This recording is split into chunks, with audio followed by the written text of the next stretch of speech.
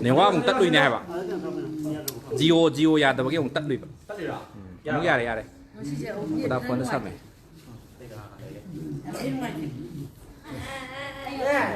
Lối xuân nó phải in bị rốt khá khá rồi nào khá khá mà xung sang ngồi mà yam đâu mà hao đâu Asapo su mem yorok pani Asapo su mem yorok pani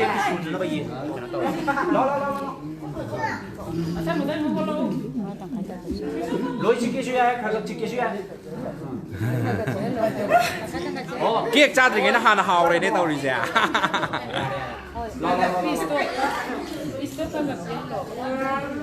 Mới thay cái chiếc xe gì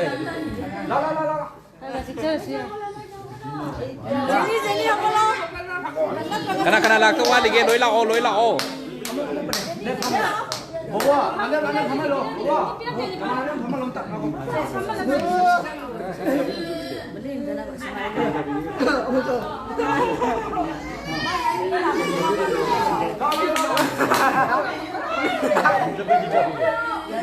Nó ai đi vợ Nó ai đi vợ Peti hả Peti thì các bạn Mông cái chạm bám chạm chân đi cái này chạm chân đi cái này Khảo Khăng được ai mà sắc cào Nó cào vậy thu nó cào thì tân đi đâu ấy vậy Ini sih Mau naik apa?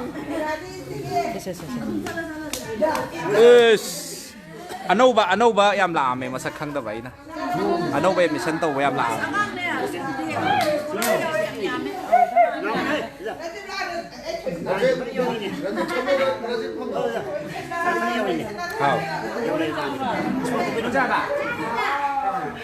Say horse na. Say horse. Si payo. Kada payo. Say horse. Sinja may 360 gi ngasi.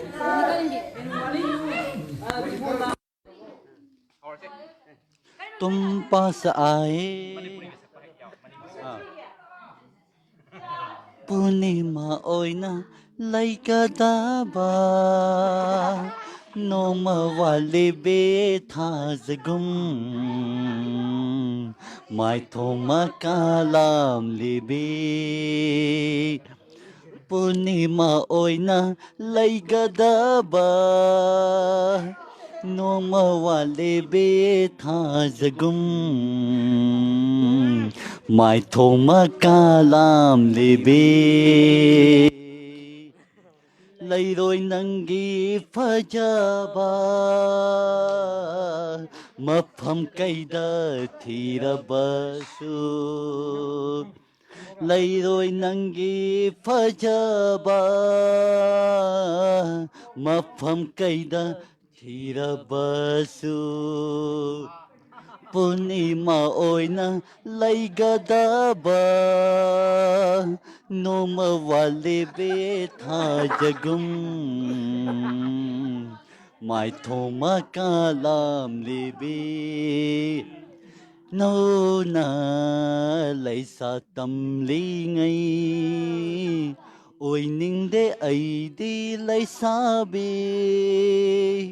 थादोनिङदा हाइबदा नुसीजना नापदा लापथोनिङदा हाइबदा पल्ले पन्थौ नापदा मपु मरे फरक्तुना ओइररे ngasidi लैनम चेबे Bobo di kanano nih saktu saya. Iban sak sira. Nanti ai salah kinang yo. Yau Nang solo. nang salo Kai sak seno. nang gitu Salah nih gitu. Kai sak seno. nang la kai do Kai seno. nang gi lai kai nam do Oh, saya bobo lah iban. Live kate ko maning da. Maning live kate ko kamera kapi saya. Live satu. Share to bi kanu ba. Kai share to juga. ma thala ni to ta je bo de Kai seno. Bobo salo. sanda 시세지 산다. cái xe nào đồ chặt lên này phun chặt lên này nhà đến Silapasinani nutana Simbala pira balunu yinula Latalalaba Wakasi putani Parinusina Walu insensu Sinasini nakusida Nagusida Sinapasinani nudana Sinamabila mananu yenuna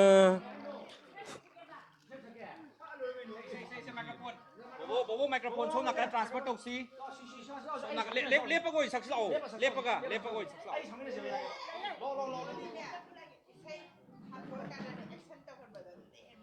Là sẽ xin cái pyro microphone pyro itu kan. Ada itu lép vào cái. oh cái xe nào Saya aku bagi sini.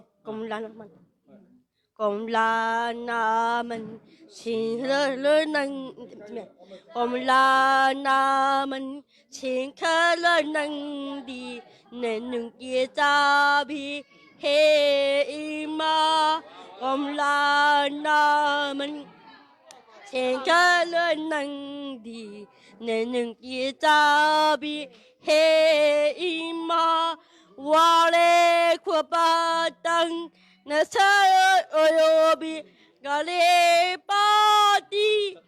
Thank you. Vợ anh nè. Nó không ba ai đi show mình cái nó không ba ai đi show kề nó chúng ta đi cái đi gì đang khăng khăng ai đi có đây nó cái tình đời na pha bị gì đi có đi ni mi ương bởi khi có đây nó không ba ai đi show mình cái đang khăng khăng ai đi show kề Mina xem kare. nó cái tình đời na pha bị gì có đi ni mi ra đi có đây ai ta gi irani acting yo apa dia? Ni này, ni sini ni, chắc kêu đại, ai đều tha đời đâu, chắc kinh đã bờ biển cơ, nên bị cơ đó, nên khi mình kinh cơ, nên kinh cơ đó biển cơ, nên bị cơ đó, nên đi kinh ấy đó. bola ai ga hay bấm sắc xe bố ai ga hay bấm sắc xe ai ga hay bấm sắc xe nên cái saran này cầm sắc xe Randa mulu, ha randa. saran này cầm nó cái sắc xe nó cầm nó ai cầu đấy nó này làm Amle. cái nó tóc sẽ 소리 지르는 거 하자 왔다 받아 비도 네. 왔다 받아 소리 굳이 원샷 खुशी से तमलबनी नंगोंदा नुंसी खुदोल ओइना हाइदोगलुनु कनादा तमथोलुनु वारी से हाइदोगलुनु कनादा तमथोलुनु वारी से कना खंगहंदा सेक्शना थंबियो थमोइदा लोना खुजी से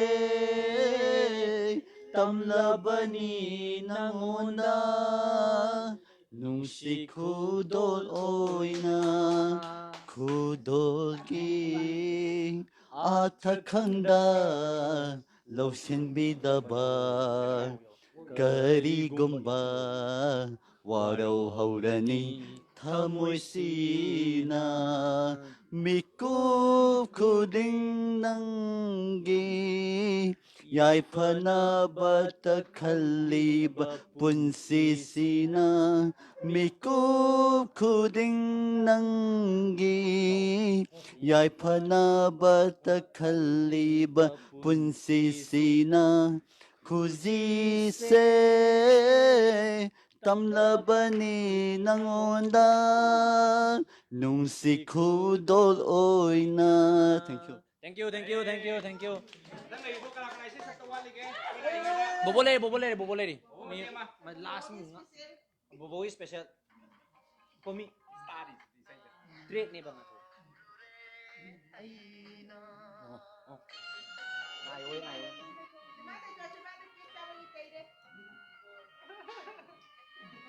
Hold on.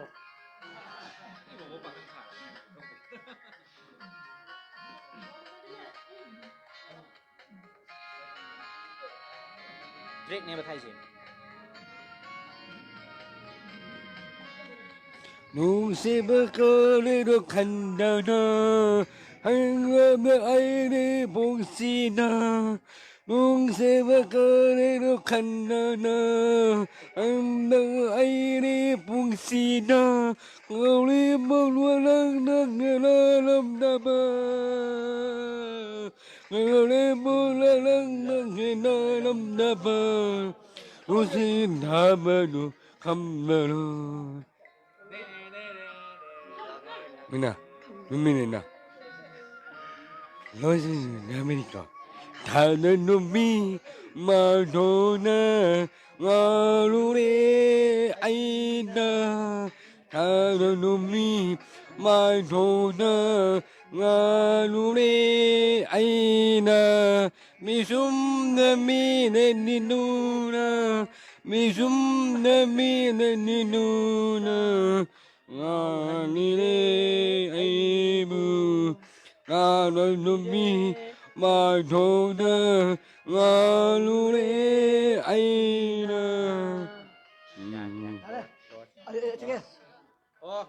Ta bà khinh đều đó uống tê niềm chi đừng em đi trong niềm tâm tư nó cứ nên thay kinh khơi đưa trái đi ba đi khơi đi bi trái đi ba đi khơi đi nhìn cái nó trên đi bu nông chi na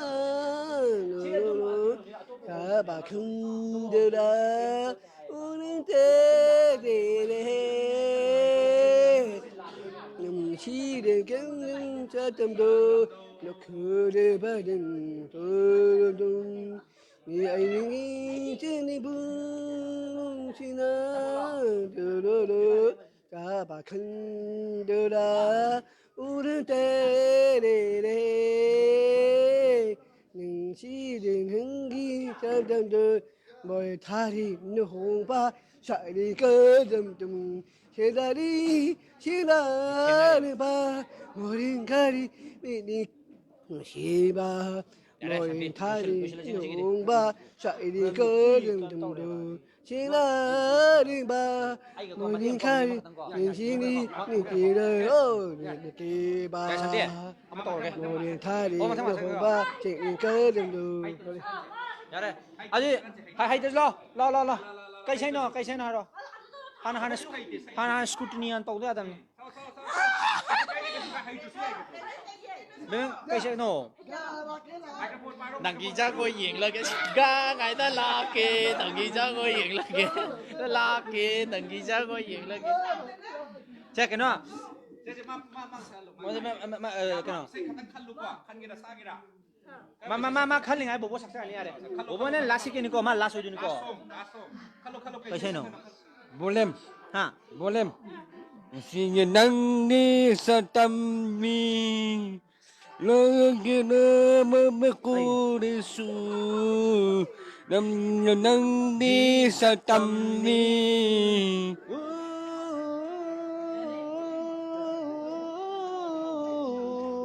Bolem. Nó cơ đi nó cơ lại nó khăn đề này nằm cái gì luôn nè cơ đi nó khăn đề này nằm cái gì luôn nè nó sao tâm su nó gì nắng đi sao tâm đi Punsigi na mamakunesu Nusigi nang ni katamni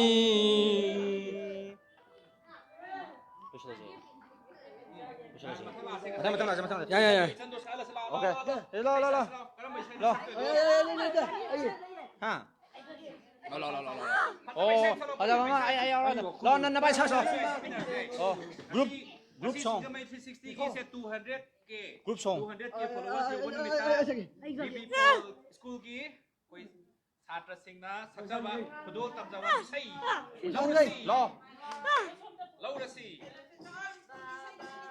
Oh, school gi sai don sa ase. สกูลกี้ใช่ไหม Pulap sa sira. We shall overcome law. Pulap stop. Lo. Oh, stage lo. Microphone mun na re. Ai pai ge. Microphone mun na re. Ai pai ge. Ngako. Bobo ngako. Bobo. Nó xuống cơ nó cầm Vì năng cơ nó cầm Vì ai nó cầm Tâm đề Ôi mi mày Ai pai tu ni. Oh. Lo. Mi bobo ai na talap na ba ya de ba. Jang hong ko. Wait.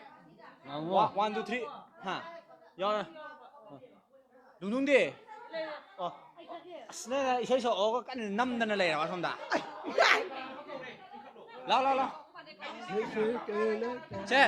1 2 Lo che. 1 2 3 tao đâm đi cô. 1 2 3 Cheng hong ai ke. 1 2 3 go. We shall overcome. Was I overcome? Someday, oh, Biba, I do believe that was I overcome today. We gonna come, we gonna overcome someday. Oh, Biba, I do believe that was I overcome today. We gonna come someday.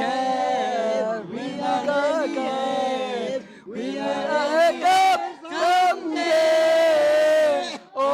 Viva, I believe it. Was I overcome someday? Was I overcome? Was I overcome? Was I overcome someday? Oh, Viva, I believe it. Was I overcome someday? Lord. Wali boy, Wali. Was I loving? Was I loving today? Oh, Viva, I don't believe that. Was I overcome someday? Thank you.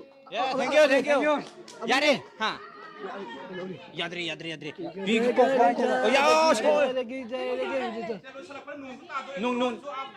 Ayaw dunin ko. Wati yung doon nilo sa lakpada. Ini mapanda matiam tang swai sidang mayam se control to bira mo doge ma school sige principal hai tare akoi sing mai 3C ga su toy na punduna leijaba ini mayam koi ini anita takhelamba mayam wari watai sajage du ngasi akoi na luxury ba numit hai tare sing mai 3C na ngasi akoi gi 200K yo ba numit 200K haibadi mayam 2 lakh follower yo ba numit hai tare sing mai 3C na work to jari mayam se mayam do uhanjara akoi na hona jari ba khara si uhanjara mayam mateng pangnaba adugumba platform ama su oiribani iramdam sidai sida khoi singmai 3C ga loina jaduna leiriba mayam gi su apunba platform ama oiribani karba tawba mayam su pullaga khoi loina jari doidi club organization mayam maira paibi mayam pullaga su khoi singmai 3C platform si mayam gi punna apunba gi platform ni haidana even se BB Pol gi khoi na ngasi laksari ba mafam asi gi su platform ama chauna pida ama kanduna leiribani singmai 3C da ngasi khoi na 200K yoban numit followers yoban numit se Rohan film na khoi singmai 3C gi damakta cake ama purai cake ama purak pasida inak nakpa dungdung su leiba dungdung su unadaba kuire hai ro hanna ko ngasi di timing chare hai 200K celebration se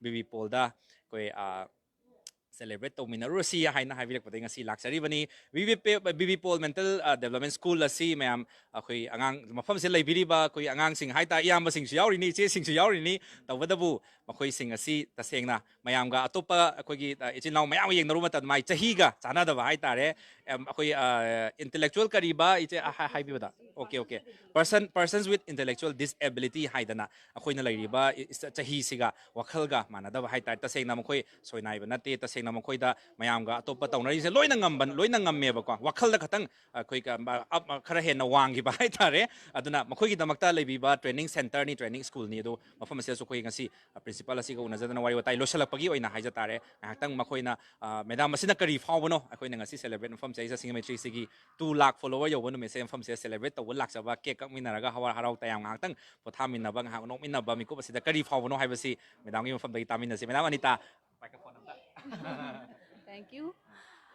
Ado singamay 360 na akogi 200k yawagi sa isa lakwa siyam nungay ko habadi aduga loina na ay inaw ruhal pidem loina na magi mana matam kuina loina duna lak lairamba dungdung ko akogi mafam sa thambirami adu dungdung na suki matik haninga leita na haraw ba nungay ba pokre kaino da akogi haiba angang singasi persons with intellectual disability oiraba habadi moi wakhal loksing budi kitang sothajaba aduga loina na makoisi IQ level low oiba aduga makoigi kai haitare akoigi milestone development da delay oiba na maram oiraga akoigi makoina sahi train pan surok lawa matam dasu akoigi magi homin ka minarakwa marup mapija singa sang manana chatpa ngamdaba loina na makoigi IQ se ta sengna haibada IQ low oiba aduga tongan tongan makhal ke ani masaisa laise persons with intellectual disability haraga su mild moderate severe sumaina tongan tongan ba autistic child habadi autism hairiba angang singsu yawi adu sumaina akoigi makoi hariba akoigi special child oiraba akoigi persons with intellectual disability oiraba angang sing asina makoina samaji marakta tinjaba pamjaba amadi makoibu samaj marakta puthokpiba haibasigi haibasiga yamna chanana ngasi singjamai 360 na lakpiduna akoi harauta yamna cake kakminnaba dagi amadi aikoigi ahau athum ahau pubirak tuna makoi singsiga isai sangminnadana enjoy tongminnaba akoi hainingai leitana aikoigi nungaiba amadi thagatpa phungdoksari singjamai 360 su tungi punsida yamna aphaba yai phaba ama oibiu aduga inau ruhalsu magi tawba thabakta mai pakpo oibiu loinana aikoigi angang singsu aikoina angambi thakta honajaduna makoisi tongan tongan be activity kayada haibadi makoina academic area da wangba thaki education ngamdragasu akoi reading writing arithmetic ta basic knowledge khara pibaga dance and music yoga sports sumaina akoi tongan tongan ba dagi 18 above oira matungda akoina vocational training piduna kan honajari loinana akoi isi team work ni haitare akoina tawjari se maramdi psychologist yauri psychologist akoi clinical psychologist and psychologist yauri aduga physiotherapy yauri adu occupational therapy di hujujik di akoi study like speech therapy yoga instructor adagi akoi samna haida vocational instructor bhawba akoi NIMS habadi National Institute ta adumblaba pass toba oiba adagi oja singsi su diploma in special education amadi special B.Ed pass toba sumaina anga mayam sina hona jabani adu yamna akoina sugumba makhalgi school lama habadi special school lama tongan tongan ba khoigi makoisi persons with disability haiba targa su tongan tongan ba disability atai habadi blind gi adagi dipdam lairiba makhoiga punjhallaga school tambada kitang khudong chadaba aduna makhoida akoina tambiga doriba takpi doga doriba khuding ma asi yamna special oiba mawongda takpi tambiba mathau taba amadi akoi ngasi maksu akoi hostel da laibe warden maksu diploma in special education pass tawba maramdi akoina angang singa su loina ba matamda suguma train na se yawdraga di yada maramna akoi warden su do sumaina akoi training se pass tawba oibiba loina na akoi attendant bawda akoi caregiver training laiba adubu akoina yamna penjaba nungaijaba haiba tare akoi panbirba sarkar asina akoi school asibu haukiba august ki tang tareta akoi kanu se loksin bire akoi school asi loksin bire atha habedi full conversion tawbire aduga akoi blind deep down gi school laibagumna akoi school asi su social welfare department gi makha da loksin bire adubu laibak thibadi akoi financial year matam oibana akoi hojik kai haitare akoi gi salary na chingba diet allowance na chingba kayadi akoi hujik phangjadri adubu director na yamna thajaba pibirame yamna thu matam da april thabong manungda ꯑꯩꯈꯣꯏꯒꯤ ꯁꯣꯏꯗꯅꯃꯛꯀꯤ ꯅꯈꯣꯏꯒꯤ ꯐꯪꯐꯝ ꯊꯣꯛꯄꯁꯤꯡ ꯑꯗꯣ ꯐꯪꯅꯅꯕ ꯀꯟꯅ ꯍꯣꯠꯅꯔꯤ financial year ꯃꯇꯝ ꯑꯣꯏꯈꯤꯕꯅ ꯑꯩꯈꯣꯏꯒꯤ ꯑꯆꯤꯟꯕ ꯍꯥꯏꯕꯗꯤ ꯑꯣꯐꯤꯁꯁꯤꯡꯒꯤ ꯑꯆꯤꯟꯕ ꯂꯩꯕꯅ ꯉꯝꯈꯤꯗꯕꯅꯤ ꯍꯥꯏꯗꯨꯅ ꯑꯗꯨꯅ ꯁꯨꯃꯥꯏꯅ ꯑꯩꯈꯣꯏꯒꯤ ꯏꯅꯥꯎꯁꯤꯡꯅ ꯍꯥꯏꯕ ꯇꯥꯔꯦꯀꯣ ꯏꯅꯥꯎꯁꯤꯡꯅ ꯂꯥꯛꯄꯤꯗꯨꯅ ꯁꯤꯡꯖꯃꯩ 360 ꯅꯕꯗꯤ ꯑꯩꯈꯣꯏ ꯏꯅꯥꯎ ꯔꯣꯍꯟꯅ ꯂꯥꯛꯄꯤꯔꯒ ꯑꯩꯈꯣꯏꯒꯤ ꯁ꯭ꯀꯨꯜ ꯑꯁꯤꯕꯨ ꯉꯁꯤꯒꯤ ꯑꯁꯤꯒꯨꯝꯂꯕ ꯌꯥꯝꯅ ꯅꯨꯡꯉꯥꯏꯔꯕ ꯅꯨꯃꯤꯠ ꯑꯁꯤꯗ ꯁꯔꯨꯛ ꯌꯥꯍꯟꯕꯤꯕ ꯌꯥꯝ ꯅꯨꯡꯉꯥꯏꯖꯩ ꯂꯣꯏꯅꯅ ꯑꯩꯈꯣꯏꯒꯤ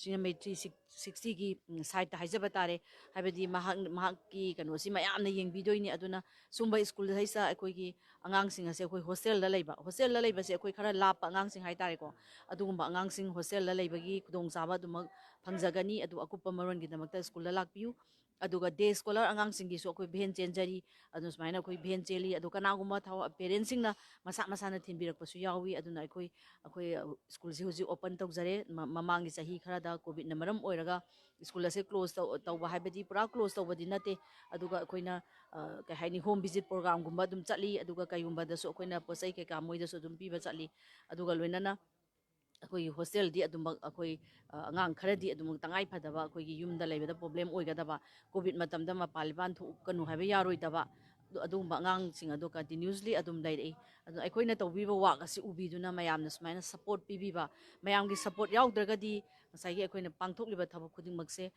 ꯄꯥꯡꯊꯣꯛꯄꯗ ꯃꯄꯨꯡ ꯐꯥꯔꯣꯏ ꯍꯥꯏꯅꯁꯨ ꯈꯟꯖꯩ ꯑꯗꯨꯅ ꯑꯩꯈꯣꯏ ꯁꯤꯡꯖꯃꯩ 360ꯒꯤ ꯃꯥꯏꯀꯩꯗ ꯑꯃꯨꯛꯀꯅꯁꯨ ꯍꯟꯅ ꯊꯝꯖꯔꯤ ꯁ꯭ꯀꯨꯜ ꯑꯁꯤ ꯉꯁꯤ ꯑꯩꯈꯣꯏꯒꯤ ꯑꯅꯧꯕ ꯑꯦꯃꯤꯁꯟ ꯀꯌꯥ ꯑꯗꯒꯤ ꯍꯥꯟꯅ ꯇꯝꯃꯝꯕ ꯀꯌꯥ ꯉꯁꯤ ꯑꯩꯈꯣই ꯁ꯭ꯀꯨꯜ ꯑꯁꯤ ꯑꯣꯄꯟ ꯇꯧꯖꯔꯦ ꯑꯗꯣ ꯍꯥꯏꯔꯤꯕ ꯁ꯭ꯀꯨꯜ ꯑꯁꯤꯗ ꯄꯥꯔꯁꯟꯁ ꯋꯤꯠ ꯏꯟꯇꯦꯂꯦꯛꯆꯨꯋꯦꯜ ꯗꯤꯁꯦꯕꯤꯂꯤꯇꯤ ꯑꯣꯏꯔꯕ ꯋꯥꯈꯜ ꯂꯧꯁꯤꯡ ꯈꯔ ꯋꯥꯠꯄ ꯑꯉꯥꯡꯁꯤꯡꯒꯤ ꯑꯗꯨꯒꯨꯝꯂꯕ ꯁ꯭ꯀꯨꯜꯅꯤ ꯍꯥꯏꯔꯤꯕ ꯁ꯭ꯀꯨꯜ ꯑꯁꯤꯗ ꯂꯥꯛꯄꯤꯗꯨꯅ ꯑꯃꯗꯤ ꯄꯦꯔꯦꯟꯁꯁꯤꯡꯅ ꯑꯉꯥꯡꯁꯤꯡꯕꯨ ꯌꯨꯝꯗ ꯊꯝꯖꯤꯟꯕꯒꯤ ꯃꯍꯨꯠꯇ ꯃꯈꯣꯏꯕꯨ ꯁꯃꯥꯖꯒꯤ ꯃꯔꯛꯇ ꯇꯤꯜꯍꯟꯕ ꯁꯣꯁꯥꯏꯇꯤꯗ ꯃꯣꯏꯁꯨ ꯄꯣꯛꯎꯔꯕꯅꯤ ꯃꯈꯣꯏꯁꯨ ꯍꯤꯡꯕꯒꯤ ꯔꯥꯏꯠ ꯂꯩ ꯃꯈꯣꯏ ꯚꯣꯇꯤꯡ ꯔꯥꯏꯠ ꯂꯩ ꯈꯨꯗꯤꯡꯃꯛ ꯃꯈꯣꯏꯗꯁꯨ ꯑꯩꯈꯣꯏ ꯃꯤꯑꯣꯏꯕ ꯑꯃꯅ ꯐꯪꯐꯝ ꯊꯣꯛꯄ ꯔꯥꯏꯠ ꯄꯨꯝꯅꯃꯛ ꯂꯩ ꯑꯗꯨꯅ ꯃꯔꯝ ꯑꯣꯏꯔꯒ ꯄꯦꯔꯦꯟꯁꯁꯤꯡꯅꯁꯨ ꯑꯉꯥꯡꯁꯤꯡꯁꯤꯕꯨ ꯂꯣꯠꯁꯤꯜꯂꯒ ꯊꯝꯕꯤꯒꯅꯨ ꯍꯥꯏꯕ ꯋꯥꯐꯝꯁꯨ ꯉꯁꯤ ꯁꯤꯡꯖꯃꯩ 360ꯒꯤ ꯀꯩꯅꯣ ꯑꯩꯈꯣꯏ ꯅꯨꯡꯉꯥꯏꯔꯕ ꯅꯨꯃꯤꯠ ꯑꯁꯤꯒꯤ ꯇꯥꯟꯖꯥ ꯂꯧꯔꯒ ꯐꯣꯡꯗꯣꯛꯆꯔꯤ ꯌꯥꯔꯦꯀꯣ ꯌꯥꯝ ꯅꯨꯡꯉꯥꯏꯔꯦ ꯑꯗꯣ ꯔꯣꯍꯟ ꯆꯠꯂꯝꯗꯥꯏꯗ ꯍꯥꯏꯇꯥꯔꯦ ꯋꯥꯔꯣꯏꯁꯤꯟꯁꯦ ꯅꯪ ꯑꯗꯨꯝ ꯄꯤꯔꯝꯃꯣ ꯃꯌꯥꯝꯗꯁꯨ ꯕꯥꯏ ꯕꯥꯏ ꯇꯧꯔꯝꯃꯣ ꯑꯗꯣ ꯑꯩ ꯀꯩꯅꯣꯝꯇꯪ ꯍꯥꯏꯍꯧꯒꯦ ꯀꯩꯅꯣꯝ ꯈꯇꯪ ꯍꯥꯏꯍꯧꯒꯦ ꯀꯩꯅꯣꯝꯇ ꯍꯥꯏꯍꯧꯒꯦ ꯍꯥꯏꯕꯗꯤ ꯑꯩꯈꯣꯏꯒꯤ ꯔꯣꯍꯜꯅ ꯃꯇꯝ ꯀꯨꯏꯅ ꯄꯨꯔꯨꯔꯕ ꯑꯉꯥꯡꯅꯤꯀꯣ ꯔꯣꯍꯜꯁꯦ ꯑꯗꯣ ꯍꯥꯏꯔꯤꯕ ꯑꯩꯈꯣꯏꯒꯤ ꯑꯉꯥꯡꯁꯤ ꯀꯃꯥꯏꯅ ꯇꯧꯒꯦꯗ ꯑꯩꯈꯣꯏ ꯃꯣꯏꯁꯦ ꯃꯔꯛ ꯃꯔꯛꯇ ꯑꯩꯈꯣꯏ ꯁꯨꯇꯤꯒꯨꯝꯕꯗ ꯒꯥꯔꯖꯤꯌꯥꯟꯁꯤꯡ ꯂꯥꯛꯑꯒ ꯑꯗꯨꯝ ꯃꯣꯏꯁꯦ ꯎꯅꯕꯤ ꯑꯗꯣ ꯍꯟꯗꯛꯁꯦ ꯃꯥꯁꯦ ꯐꯣꯡꯗꯣꯛꯇꯕ ꯑꯗꯣ ꯉꯁꯥꯏꯁꯦ ꯑꯩꯅ ꯚꯤꯗꯤꯑꯣ ꯀꯣꯂꯤꯡ ꯇꯧꯔꯀꯥꯟꯗ ꯔꯣꯍꯜꯁꯦ ꯎꯍꯟꯕ ꯃꯇꯝꯗ ꯃꯥꯁꯦ ꯅꯣꯛꯑꯦꯕꯀꯣ ꯑꯗꯣ ꯍꯧꯖꯤꯛꯁꯨ ꯃꯥꯁꯦ ꯁꯥꯊꯤꯅ ꯍꯔꯥꯎꯕꯩ ꯋꯥꯅꯤ ꯁꯤꯒꯤꯗꯃꯛꯇꯁꯨ ꯌꯥꯝ ꯅꯨꯡꯉꯥꯏ ꯔꯣꯍꯜ ꯅꯪ ꯃꯔꯛꯇꯤ ꯂꯥꯛꯇꯕ ꯁꯨꯡꯌꯥ ꯌꯥꯔꯣꯏ ꯑꯩꯈꯣꯏꯗꯪ ꯁꯤꯟꯅꯕ ꯌꯥꯔꯣꯏ ꯑꯩꯈꯣꯏꯒ ꯄꯦꯔꯦꯟꯁꯀ ꯑꯩꯈꯣꯏꯒ ꯀooperation ꯒꯥꯔꯖꯤꯌꯥꯟꯒ ꯑꯩꯈꯣꯏꯒ cooperation ꯄꯤꯅꯔꯀꯥꯟꯗ ꯑꯩꯈꯣꯏꯅ ꯑꯉꯥꯡꯁꯤꯡ ꯑꯁꯤꯕꯨ ꯗꯤꯕꯦꯂꯞ ꯇꯧꯅꯅꯕ ꯍꯣꯠꯅꯖꯕꯅꯤ ꯑꯗꯨꯅ ꯅꯍꯥꯛꯅ ꯅꯌꯥꯝꯕ ꯑꯃ ꯑꯣꯏꯅ ꯅꯠꯇ꯭ꯔꯒ ꯅꯪꯒꯤ ꯐꯦꯃꯤꯂꯤ ꯑꯃꯅꯦꯅ ꯈꯜꯂꯒ ꯃꯔꯛꯇ ꯁꯣꯏꯗꯅꯃꯛꯀꯤ ꯂꯥꯛꯇꯕ ꯌꯥꯗꯦ ꯊꯦꯡꯛ ꯌꯨ ꯁꯨꯃꯥꯏꯅ ꯉꯁꯤꯒꯤ ꯌꯥꯝ ꯃꯔꯨꯑꯣꯏꯕ ꯁꯤꯡꯖꯃꯩ 360ꯒꯤꯁꯨ ꯇꯨꯡ ꯂꯥꯎꯁꯣ 200K ꯐꯣꯂꯣꯋꯔ ꯆꯟꯕ ꯅꯨꯃꯤꯠꯁꯤꯗ ꯑꯩꯈꯣꯏ ꯃꯐꯝꯁꯤꯗ ꯁꯨꯃꯥꯏꯅ ꯕꯤꯕꯤ ꯄꯣꯜꯒꯤ ꯂꯩꯔꯤꯕ ꯏꯆꯤꯜ ꯏꯅꯥꯎꯁꯤꯡꯁꯤꯒ ꯍꯔꯥꯎ ꯇꯌꯥꯝꯅ ꯑꯩꯈꯣꯏ ꯁꯦꯂꯦꯕ꯭ꯔꯦꯠ ꯇꯧꯕ ꯐꯪꯖꯕꯁꯦ ꯑꯗꯨꯛꯀꯤ ꯃꯇꯤꯛ ꯅꯨꯡꯉꯥꯏꯖꯩ ꯗꯨꯡꯗꯨꯡꯁꯦ ꯍꯟꯗꯛꯀꯤ ꯊꯥꯒ ꯊꯥꯔꯒꯗꯤ ꯆꯍꯤ 2ꯒ ꯊꯥ 8 ꯃꯨꯛꯇꯤ ꯁꯨꯔꯛꯑꯦ ꯆꯍꯤ 2ꯒ ꯊꯥ 8ꯇꯤ ꯁꯨꯔꯛꯑꯦ ꯑꯩꯒ ꯃꯥꯒ ꯐꯖꯅ ꯂꯣꯏꯅꯔꯛꯄꯁꯦ ꯑꯣꯒꯁꯇ ꯆꯍꯤ ꯑꯍꯨꯝ ꯐꯥꯔꯛꯀꯗꯣꯏꯅꯦ ꯑꯗꯨꯝ ꯃꯔꯛꯁꯤꯗ ꯃꯌꯥꯝꯅ ꯃꯔꯛꯇ ꯑꯇꯣꯞꯄ ꯍꯣꯝꯁꯤꯡꯗ ꯄꯥꯡꯕꯤꯈꯤꯕ ꯃꯇꯦꯡ ꯑꯗꯩꯗꯤ ꯇꯧꯕꯤꯈꯤꯕ ꯑꯗꯩꯗꯤ ꯗꯨꯡꯗꯨꯡꯕꯨ ꯅꯨꯡꯁꯤꯕꯤꯔꯀꯥꯟꯗ ꯂꯥꯛꯑꯒ ꯃꯌꯥꯝ ꯁꯞꯄꯣꯔꯠ ꯇꯧꯈꯤꯕ ꯃꯌꯥꯝꯗꯣ ꯑꯗꯨꯛꯀꯤ ꯃꯇꯤꯛ ꯊꯥꯒꯠꯆꯩ ꯑꯗꯨꯒ ꯃꯔꯨꯑꯣꯏꯅ ꯑꯩ ꯏꯁꯥꯒꯤ ꯁꯥꯏꯠꯇꯩꯁꯨ ꯔꯤꯀ꯭ꯋꯦꯁ ꯇꯧꯅꯤꯡꯕꯗꯤ ꯗꯨꯡꯗꯨꯡ ꯈꯛꯇꯒꯤ ꯅꯠꯇꯕꯤꯗ ꯍꯣꯝꯁꯤꯒꯤ ꯑꯣꯏꯅ ꯍꯥꯏꯇꯥꯔꯦꯀꯣ ꯑꯦꯅꯤ ꯑꯇꯣꯞꯄ ꯃꯅꯤꯄꯨꯔꯗ ꯂꯩꯕ ꯄꯨꯛꯆꯦꯜ ꯆꯥꯎꯕꯁꯤꯡ ꯑꯗꯨꯒ ꯂꯥꯏꯐꯁꯤꯕꯨ ꯌꯦꯡꯕꯤꯔꯤꯕ ꯏꯆꯤꯜ ꯏꯅꯥꯎꯁꯤꯡꯅꯀꯣ ꯉꯝꯖꯕ ꯀꯦꯁꯃꯛ ꯅꯠꯇ꯭ꯔꯒꯁꯨ ꯄꯣꯠ ꯆꯩ ꯀꯩꯀꯩ ꯄꯨꯕꯤꯔꯒ ꯑꯉꯥꯡꯁꯤꯡꯁꯤꯒꯤ ꯑꯗꯩꯗꯤ ꯏꯆꯤꯜ ꯏꯅꯥꯎꯁꯤꯡꯁꯤꯒꯤ ꯂꯩꯕ ꯗꯗꯥ ꯆꯥꯅꯅꯕ ꯃꯌꯥꯝ ꯑꯩꯈꯣꯏꯅ ꯄꯨꯔꯛꯏꯁꯦ ꯍꯔꯥꯎ ꯆꯥꯏꯁꯦ ꯁꯨꯃꯥꯏꯅ ꯑꯗꯨꯝ ꯑꯉꯝꯕ ꯃꯌꯥꯝ ꯇꯧꯕꯤꯔꯛꯑꯒꯗꯤ ꯍꯦꯟꯅ ꯑꯩꯈꯣꯏ ꯍꯔꯥꯎꯖꯒꯅꯤ ꯍꯦꯟꯅ ꯅꯨꯡꯉꯥꯏꯖꯒꯅꯤ ꯑꯗꯨꯒ ꯃꯣꯏꯗꯁꯨ ꯍꯦꯟꯅ ꯍꯥꯏꯗꯤ ꯉꯁꯤ ꯅꯣꯛꯏꯕꯁꯦ ꯁꯤꯗꯩ ꯍꯦꯟꯅ ꯃꯣꯏꯁꯨ ꯍꯦꯟꯅ ꯑꯩ ꯅꯣꯛꯀꯅꯤꯅ ꯑꯩ ꯊꯥꯖꯖꯕ ꯂꯩꯖꯩ ꯕꯥꯏ ꯇꯧꯔꯝꯁꯦ ꯂꯥꯛꯑꯣ ꯂꯥꯛꯑꯦ ꯑꯃꯨꯛ ꯂꯥꯛꯑꯦ ꯅꯠꯇꯦ ꯆꯠꯂꯗꯣꯏꯅꯦ ꯍꯟꯗꯛꯇꯤ ꯆꯠꯂꯒꯦ ꯍꯥꯏꯕꯩ ꯂꯥꯛꯑꯦ ꯆꯠꯂꯒꯦ ꯑꯗꯨꯗꯤ ꯀꯣ ꯕꯥꯏ ꯕꯥꯏ ꯔꯨꯝ ꯕꯥꯏ ꯀꯣ ꯕꯥꯏ ꯌꯥꯔꯦ ꯔꯨꯝ ꯆꯠꯂꯦ ꯕꯥꯏ ꯀꯣ ꯆꯠꯀꯣ ꯕꯥꯏ ꯃꯥ ꯊꯣꯛꯒꯦ ꯑꯗꯨꯗꯤ ꯀꯣ ꯆꯠꯂꯒꯦ ꯀꯣ ꯃꯥ ꯀꯣ ꯌꯥꯝ ꯁꯨꯃꯥꯏꯅ ꯑꯩꯈꯣꯏꯒꯤ ꯃꯣꯡꯁꯥꯡꯒꯩꯗ ꯂꯩꯕꯤꯔꯤꯕ ꯑꯩꯈꯣꯏꯒꯤ BB Paul Mental Development School ꯑꯁꯤꯗꯩꯁꯤꯗ ꯉꯁꯤ ꯑꯩꯈꯣꯏꯅ ꯁꯤꯡꯖꯃꯩ 360ꯅ ꯃꯌꯥꯝ ꯑꯗꯨꯝ ꯈꯪꯕꯤꯔꯤꯅꯤ ꯁꯤꯡꯖꯃꯩ 360 ꯄ꯭ꯂꯦꯠꯐꯣꯝ ꯑꯁꯤ ꯃꯌꯥꯝꯒꯤꯅꯤ ꯍꯥꯏꯗꯅ ꯉꯁꯤ ꯄ꯭ꯂꯦꯠꯐꯣꯝ ꯑꯁꯤ ꯏꯆꯤꯜ ꯏꯅꯥꯎ ꯃꯌꯥꯝꯅ ꯑꯩꯈꯣꯏꯒꯤ ꯏꯟꯚꯥꯏꯠ ꯇꯧꯕꯤꯔꯛꯄ ꯁꯤ ꯇꯧꯃꯤꯟꯅꯁꯤ ꯍꯥꯏꯕ ꯀꯌꯥꯗ ꯑꯩꯈꯣꯏ ꯁꯤꯡꯖꯃꯩ 360ꯅꯁꯨ ꯑꯉꯝꯕ ꯊꯧꯗꯥꯡ ꯂꯧꯖꯔꯒ ꯍꯥꯏꯔꯒ ꯑꯩꯈꯣꯏ ꯉꯁꯤ ꯐꯥꯎꯗ ꯃꯌꯥꯝꯒꯤ ꯁꯦꯕꯥ ꯇꯧꯗꯨꯅ ꯂꯥꯛꯂꯤ ꯑꯩꯈꯣꯏꯕꯨ ꯆꯤꯡꯈꯠꯄꯤꯕ ꯉꯝꯕ ꯏꯆꯤꯜ ꯏꯅꯥꯎꯁꯤꯡꯅ ꯑꯩꯈꯣꯏꯕꯨ ꯆꯤꯡꯈꯠꯄꯤꯌꯨ ꯑꯩꯈꯣꯏꯅ ꯆꯤꯡꯈꯠꯆꯕ ꯉꯝꯕ ꯏꯆꯤꯜ ꯏꯅꯥꯎꯁꯤꯡꯅ ꯑꯩꯈꯣꯏꯅ ꯆꯤꯡꯈꯠꯆꯒꯦ ꯍꯥꯏꯕꯒꯤ ꯃꯣꯗꯦꯜꯗ ꯃꯣꯇꯣꯗ ꯋꯥꯛ ꯇꯧꯖꯔꯤꯕ ꯁꯤꯡꯖꯃꯩ 360 ꯃꯤꯌꯥꯝꯒꯤꯅꯤ ꯃꯌꯥꯝꯅꯁꯨ ꯁꯤꯡꯖꯃꯩ 360ꯅ ꯍꯣꯠꯅꯖꯔꯤꯕ ꯃꯌꯥꯝ ꯑꯁꯤꯕꯨ ꯄꯨꯛꯅꯤꯡ ꯊꯧꯒꯠꯄꯤꯕ ꯑꯣꯏꯅ ꯉꯁꯤ 200K ꯌꯧꯕ ꯅꯨꯃꯤꯠ ꯑꯁꯤꯗ ꯃꯌꯥꯝꯅ ꯉꯁꯤ ꯉꯥꯏꯍꯥꯛ ꯂꯥꯛꯆꯕꯅꯤꯀꯣ ꯉꯥꯏꯍꯥꯛ ꯂꯥꯛꯆꯔꯤꯕ ꯃꯇꯨꯡ ꯑꯩꯈꯣꯏꯒꯤ BB Paul Mental Development School ꯃꯌꯥꯝꯅ ꯑꯩꯈꯣꯏ ꯇꯁꯦꯡꯅ ꯌꯥꯝꯅ ꯅꯨꯡꯁꯤꯕ ꯃꯐꯝꯅꯤ ꯆꯍꯤꯒ ꯆꯥꯟꯅꯗꯅ ꯍꯥꯏꯇꯥꯔꯦ ꯃꯦꯟꯇꯦꯂꯤ ꯑꯩꯈꯣꯏꯒꯤ ꯉꯁꯥꯏꯒꯤ ꯏꯆꯤꯜ ꯏꯅꯥꯎ ꯃꯌꯥꯝꯁꯦ ꯄꯔꯁꯟ ꯋꯤꯠ intellectual disability ꯍꯥꯏꯗꯅ ꯏꯆꯤꯜ ꯏꯅꯥꯎꯁꯤꯡ ꯑꯁꯤ ꯃꯥꯒꯤ ꯆꯍꯤꯒ ꯃꯇꯥꯡ ꯆꯥꯟꯅꯗꯕ IQ level low ꯑꯣꯏꯕ ꯑꯗꯨꯒ ꯑꯗꯨꯒꯤꯗꯃꯛꯇ ꯇ꯭ꯔꯦꯅꯤꯡ ꯁ꯭ꯀꯨꯜꯅꯤ ꯃꯐꯝ ꯑꯁꯤꯗꯩꯁꯤ ꯂꯩꯔꯤꯁꯦ ꯇꯁꯦꯡꯅ ꯏꯆꯤꯜ ꯏꯅꯥꯎꯁꯤꯡ ꯑꯁꯤ ꯇꯁꯦꯡꯅ ꯃꯈꯣꯏꯒꯤꯗꯃꯛꯇ ꯑꯋꯥꯠꯄ ꯑꯃꯠꯇ ꯂꯩꯕ ꯅꯠꯇꯦ ꯑꯋꯥꯠꯄ ꯑꯃꯠꯇ ꯂꯩꯕ ꯊꯥꯕꯜ ꯑꯝꯇꯪ ꯆꯣꯡꯁꯤ ꯂꯥꯎꯅ ꯑꯝꯇꯪ ꯑꯗꯣ ꯌꯥꯝꯅ ꯑꯩꯈꯣꯏ ꯅꯨꯡꯉꯥꯏꯕ ꯅꯨꯃꯤꯠꯅꯤ ꯉꯁꯤ 200K ꯌꯧꯕ ꯅꯨꯃꯤꯠ ꯑꯁꯤꯗ ꯁꯤꯡꯖꯃꯩ 360ꯗ ꯉꯁꯤ ꯑꯇꯣꯞꯄ ꯃꯐꯝꯗ ꯆꯠꯇꯕꯤꯗ ꯑꯩꯈꯣꯏꯒꯤ ꯃꯣꯡꯁꯥꯡꯒꯩꯗ ꯂꯩꯕꯤꯔꯤꯕ BB Paul Mental Development School ꯑꯁꯤꯗ ꯉꯥꯏꯍꯥꯛ ꯂꯥꯛꯆꯗꯨꯅ ꯉꯁꯤ ꯃꯌꯥꯝꯒꯤ ꯃꯥꯡꯗ ꯑꯩꯈꯣꯏ ꯁꯦꯂꯦꯕ꯭ꯔꯦꯠ ꯇꯧꯃꯤꯟꯅꯕ ꯃꯌꯥꯝ ꯇꯨꯡꯗꯁꯨ ꯁꯨꯃꯥꯏꯅ ꯃꯌꯥꯝꯒꯤꯗꯃꯛꯇ ꯑꯩꯈꯣꯏ ꯀꯠꯊꯣꯛꯆꯔꯤꯕ ꯃꯌꯥꯝꯒ ꯄꯨꯜꯂꯒ ꯁꯨꯃꯥꯏꯅ ꯃꯅꯤꯄꯨꯔ ꯃꯌꯥꯝꯗ ꯑꯩꯈꯣꯏ ꯃꯁꯦꯜ ꯅꯨꯡꯁꯤꯅꯒꯗꯕꯅꯤ ꯑꯩꯈꯣꯏ ꯃꯁꯦꯜ ꯃꯇꯦꯡ ꯄꯥꯡꯅꯒꯗꯕꯅꯤ ꯍꯥꯏꯕꯒꯤ ꯃꯦꯁꯦꯖ ꯄꯤꯕ ꯑꯗꯨꯒꯨꯝꯕ ꯄ꯭ꯔꯣꯒ꯭ꯔꯥꯝ ꯀꯌꯥ ꯑꯃ ꯃꯌꯥꯝꯅ ꯅꯝꯖꯔꯛꯀꯦ ꯂꯣꯏꯅꯅ ꯁꯤꯡꯖꯃꯩ 360ꯒꯤ ꯇꯤꯝ ꯃꯦꯝꯕꯔ ꯑꯣꯏꯕꯤꯔꯤꯕ ꯏꯆꯤꯜ ꯏꯅꯥꯎ ꯀꯌꯥꯅ ꯇꯧꯖꯔꯤꯕ ꯊꯕꯛ ꯊꯧꯔꯝꯁꯤꯡ ꯀꯌꯥ ꯑꯃꯁꯨ ꯃꯌꯥꯝꯗ ꯌꯦꯡꯍꯟꯖꯔꯒ ꯃꯅꯤꯄꯨꯔ ꯃꯤꯌꯥꯝꯒꯤ ꯁꯦꯕꯥ ꯁꯤꯡꯖꯃꯩ 360ꯒꯤ ꯐꯣꯂꯣꯋꯔꯁ ꯃꯤꯌꯥꯝꯒꯤ ꯁꯦꯕꯥ ꯄꯨꯟꯅ ꯃꯇꯣꯟꯂꯣꯝꯅ ꯇꯧꯕ ꯉꯝꯖꯒꯦ ꯍꯥꯏꯕ ꯃꯌꯥꯝꯒꯤ ꯃꯐꯝꯗꯒꯤ ꯑꯗꯣ ꯃꯦꯟ ꯄꯥꯔꯇꯤꯁꯨ ꯍꯜꯂꯣ ꯍꯥꯏꯔꯛꯑꯦ ꯑꯗꯣ ꯃꯌꯥꯝ ꯑꯗꯨꯅ ꯉꯁꯤꯒꯤ ꯄ꯭ꯔꯣꯒ꯭ꯔꯥꯝ ꯑꯁꯤ ꯃꯌꯥꯝꯗ ꯁꯨꯝ ꯑꯁꯦꯡꯕ ꯄꯥꯎꯗꯝ ꯈꯔ ꯊꯃꯣꯏꯗꯒꯤ ꯊꯣꯛꯂꯛꯄ ꯄꯥꯎꯗꯝ ꯈꯔ ꯁꯦꯡꯅ ꯊꯝꯖꯕꯅꯦ ꯒꯥꯔꯤ ꯄꯨꯈꯤꯗꯣꯏ ꯁꯤꯃꯥ ꯀꯨꯝꯕꯅꯦ ꯑꯗꯣ ꯁꯤꯅꯤ ꯃꯌꯥꯝ ꯁꯤꯡꯖꯃꯩ 360 ꯉꯁꯤ 200K ꯐꯣꯂꯣꯋꯔꯁ ꯌꯧꯕꯒꯤ ꯅꯨꯡꯉꯥꯏꯕ ꯐꯣꯡꯗꯣꯛꯄ ꯑꯇꯣꯞꯄ ꯃꯐꯝꯗꯁꯨ ꯑꯇꯣꯞꯄ ꯇꯤꯝ ꯃꯦꯝꯕꯔ ꯀꯌꯥꯒ ꯂꯣꯏꯅꯅ ꯑꯩꯈꯣꯏ ꯁꯤꯡꯖꯃꯩ 360ꯒꯤ 200K ꯐꯣꯂꯣꯋꯔꯁꯀꯤ ꯌꯧꯕꯒꯤ ꯅꯨꯡꯉꯥꯏꯕ ꯐꯣꯡꯗꯣꯛꯄ ꯉꯁꯤꯅ ꯂꯣꯏꯕ ꯅꯠꯇꯦ ꯃꯈꯥ ꯇꯥꯅꯁꯨ ꯁꯦꯂꯦꯕ꯭ꯔꯦꯠ ꯇꯧꯈꯤꯅꯤ ꯍꯥꯏꯕ ꯋꯥꯐꯝ ꯑꯁꯤ ꯃꯌꯥꯝꯒꯤ ꯃꯐꯝꯗ ꯊꯝꯖꯕ ꯂꯣꯏꯅ ꯂꯥꯏꯕ ꯑꯁꯤ ꯂꯣꯏꯁꯤꯟꯅꯕꯒꯤ ꯇꯥꯟꯖꯥ ꯂꯧꯖꯩ ꯃꯌꯥꯝꯕꯨ ꯑꯃꯨꯛꯀ ꯍꯟꯅ ꯈꯨꯔꯨꯝꯖꯔꯤ ꯕꯥꯏ ꯇꯧꯔꯛꯑꯣ ꯂꯣꯏꯁꯤꯜꯂꯁꯦ ꯕꯥꯏ ꯇꯧꯔꯛꯑꯣ ꯕ꯭ꯔꯗꯔ ꯏꯌꯥꯝꯕ ꯈꯔ ꯍꯧꯅ ꯍꯥꯏꯌꯣ ꯕꯥꯏ ꯍꯥꯏꯔꯛꯑꯣ ꯀꯩꯅꯣ ꯍꯟꯗꯛ ꯊꯥꯕꯜ ꯀꯥꯏ ꯆꯣꯡ ꯆꯠꯀꯦ ꯕꯥꯏ ꯇꯧꯔꯣ ꯕꯥꯏ BB Paul Mental Development Schoolꯗ ꯃꯌꯥꯝ ꯂꯥꯛꯄꯤꯌꯨꯀꯣ ꯕꯥꯏ ꯃꯥꯏꯕ ꯈꯨꯟꯗ ꯑꯣ ꯆꯠꯂꯨꯔꯦꯕ ꯊꯦꯡꯛ ꯌꯨ